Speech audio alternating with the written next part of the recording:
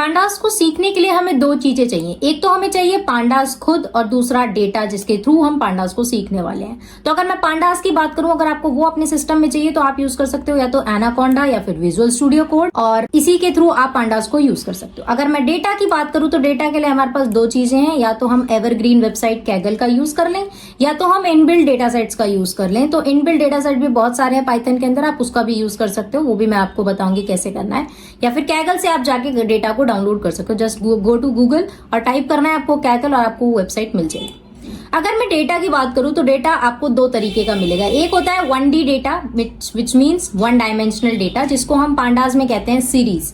जहां पे भी आपको वन डायमेंशनल डेटा दिख रहा है या फिर आपके पास वन डायमेंशनल डेटा है, आप सीरीज क्रिएट करोगे उसकी। अगर आपके पास 2D डेटा है तो आप डेटा फ्रेम क्रिएट करो। तो अब बात करते हैं कि पांडास को अपने सिस्टम में डाउनलोड करने के बाद एनाकोंडा विजुअल स्टूडियो के बाद आपको क्या करना है। तो आपको करना है पांडास को अपनी नोटबुक में इंस्टॉल, जिसके लिए आप यूज कर सकते हो पिप इंस्टॉल पांडास कमांड का। आपको एक नोटबुक क्रिएट करनी है, उसके बाद आपको इंस्टॉल करना है पांडास को using the command pip install pandas. उसके बाद हमें करना है पांडास को इंपोर्ट अपनी फाइल में। उसके बाद हम क्या करेंगे, हमें सीरीज, आज हम सीरीज पढ़ने वाले हैं तो सीरीज के लिए आपको एक वेरिएबल बनाना और उसके अंदर एक लिस्ट डिफाइन कर देंगे। लिस्ट मतलब एक वन डायमेंशनल डेटा हो गया।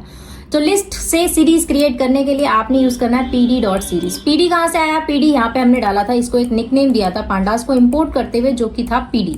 तो मैं लिख रही हूँ pd.series और मैंने वेरिएबल a की सीरीज बनानी है तो मैंने लिखा है pd.series a, और ऐसे ही हम इजिली इसको प्रिंट कर देंगे।